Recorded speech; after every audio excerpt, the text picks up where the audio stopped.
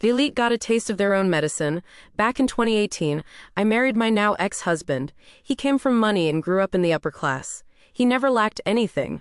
I'm the complete opposite. Grew up extremely poor and learned very early on that you have to work hard and have your own back. We met at his uncle's restaurant where I was a server. He came in one day to eat. I was his server. He asked for my number and we hit it off. Or so I thought.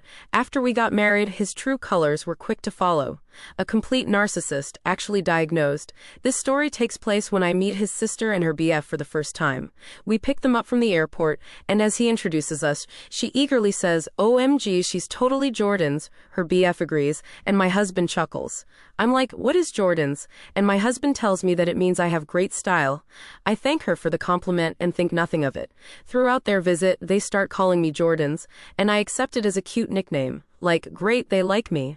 That was until one night we decided to all get drunk. We popped open some wine, and as we drank more and more, they started commenting on how shitty and cheap my wine was. I kinda shook it off as they decided to play stupid drinking games. Truth or Dare was one of them. My husband's sister dared him to tell me what Jordan's was. They are all laughing like chickens and totally drunk. He says, "Jordan's is the name we give homeless people who have swag." I'm completely dumbfounded as they all burst out into more laughter.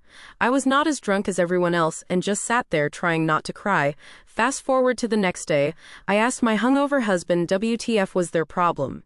He had completely removed that fact that he had told me. He started saying, "It's just a joke, don't take it seriously." I didn't let it go and kept pressing the matter. He finally told me, "I may have told them about your upbringing and how you are not like us, just to prepare them." I was in complete shock. To prepare them, for me, I could not believe what I was hearing.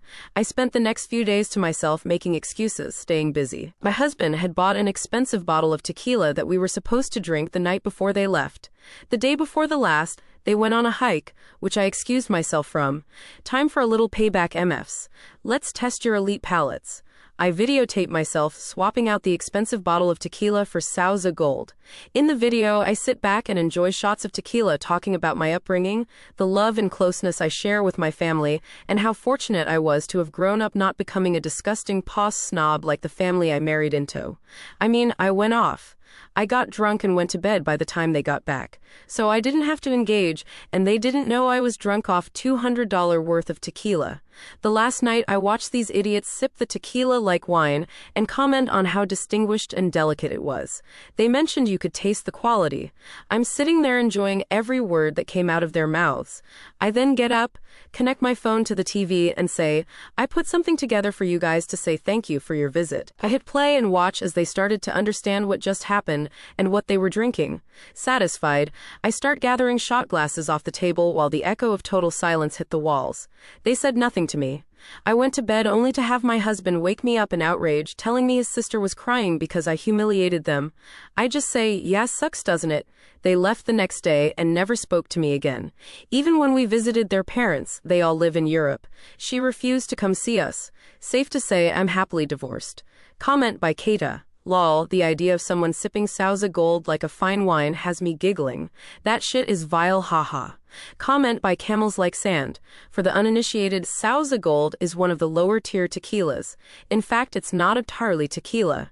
In the United States, unless it has the marking 100% agave tequila, it may contain up to 49% other alcohols. So crap brands like Sauza are tequila mixed with an almost equal amount of vodka with some caramel coloring for that gold color that's supposed to come from aging in oak barrels. There is no aging at all in SG. FYI, the Reposado designation means it has been aged from 4 to 12 months. Añejo means it's been aged at least 12 months. Comment by content_great_grandma. Lady, you have class. You prove to yourself and to them that just because they had a better experience growing up does not mean that they have class, and you don't.